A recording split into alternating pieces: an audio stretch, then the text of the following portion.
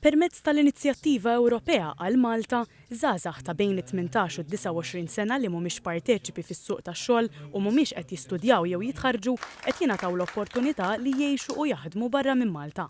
F'konferenza organizzata minn Jobs Plus intqal li mit-38 persuna li diġà kienu parti minn dan il-proġett, 44% minnhom lestew it-taħriġ b'suċċess u 45% minnhom irnexxielhom isibu impjieg.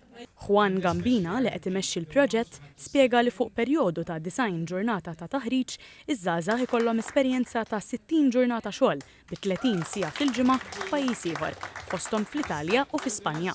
Elenka n-numru ta' ħiliet li jitgħallmu kemm ħiliet soċjali u anke professjonali. TVM News tkellem ma' Rafael Grek li kellu esperjenza fi Brescia fl-Italja bħala parti mill-proġett u stqarr li l-isbaħ aspett tal-esperjenza kien il-fatt li seta' jagħmel ix-xogħol li jħobb f'ambjent totalment ġdid. Li kienet naqa' challenging huwa l-fatt li kont cohabitation ma' disa minn nies oħra ġo appartament kulħadd esperjenzi differenti u ħafna kulturi differenti, imma fl-aħħar mill-aħħar I liked it.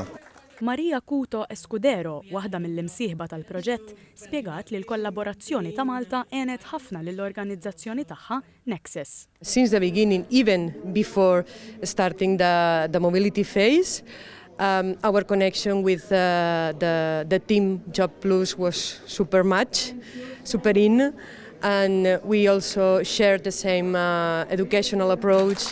Elena Vella li qed tmexxi l-iskema Garanzija għaż-żgħażagħ qalet li diġà hemm tħejjijiet għall-programm tal-2025 u l-applikazzjonijiet huma miftuħa. Kull sena ħajkunu qed jitilgħu numru ta' żgħażagħ total ta' 40 żagħżugħ infatti f'dawn l-4 snin li ġejjin. Nemmen li opportunità bħal din hija unika ħajkbru ħafna kemm mod personali imma anke professjonali. Dan il-proġett qed isir bħala parti mill-Garanzija għaż-żgħażagħ li tkopri investiment ta' 10 miljun euro b'taħlita ta' fondi pubbliċi u mill-Fond Soċjali Ewropew.